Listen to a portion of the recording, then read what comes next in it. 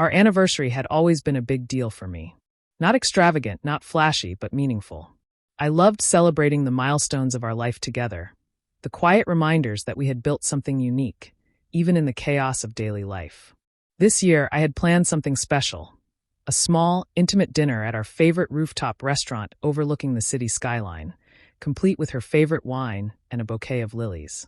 I imagined her smile, the warmth in her eyes, and the laughter that usually followed our little toasts. I never expected the evening to turn into the most humiliating and eye-opening night of my marriage.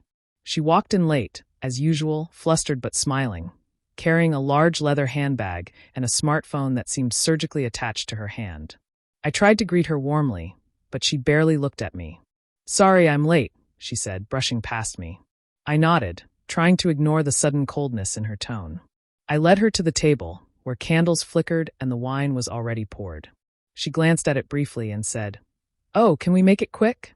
My boss just called. He needs me for a last-minute meeting." I stopped. My hand froze over the wine glass. "Your boss? Tonight? On our anniversary?" I asked, trying to keep my voice calm, almost in disbelief. She shrugged nonchalantly. "Yeah, it's important. You understand, right?" My stomach dropped. Important? Our anniversary was important, but apparently it wasn't enough. She was putting her career, and her boss, above the woman she had promised to cherish, above me, above what we had built together. I sat down quietly, pretending to sip my wine while my mind raced. Anger bubbled under the surface, but I didn't show it. I had learned over the years that words thrown in anger can't be taken back, and this moment demanded more than a reactive outburst. It demanded precision. She tapped on her phone, fingers flying, presumably trying to reassure her boss she was on top of the issue. I let her continue, giving her no clue that I was planning my response. When she finally glanced up, I leaned forward calmly and said, "You know, since your boss is so important tonight, why don't we make this easy?" I recorded a little message for him. I reached into my bag and pulled out my tablet. Her eyes widened. What are you doing?" she asked, voice trembling, a hint of panic creeping in. I pressed play. On the screen was a slideshow of our past anniversaries.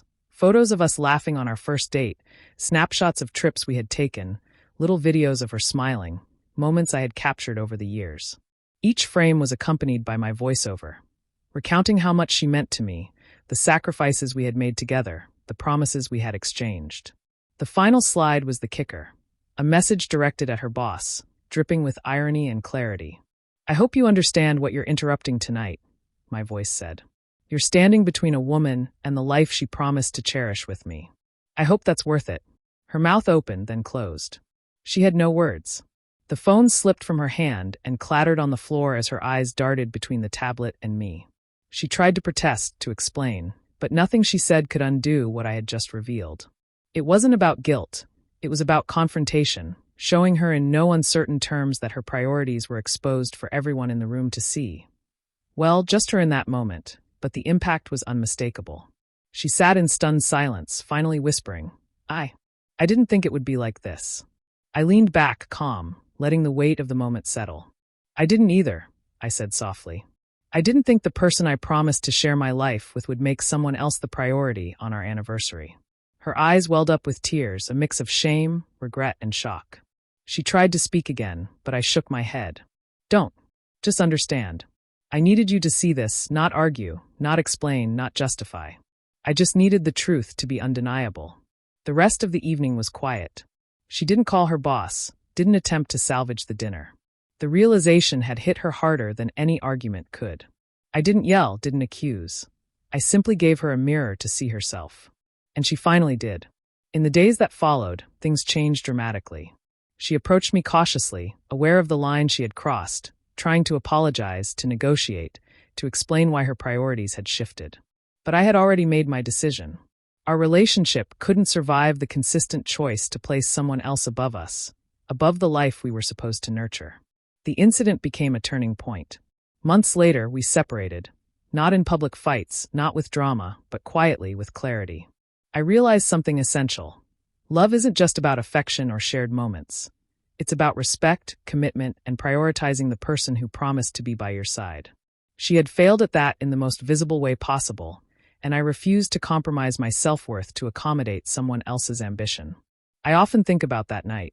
How a simple gesture, a carefully constructed video, could reveal more truth than years of conversation. How priorities, when exposed, speak louder than any words. And how sometimes the most powerful response isn't anger, but clarity, letting someone see the consequences of their choices in a way that leaves them speechless. That anniversary, the one she nearly ruined with neglect and misplaced priorities, became the night I reclaimed my dignity, my boundaries, and my understanding of what I deserved in a partner. She never forgot it, and I never will either.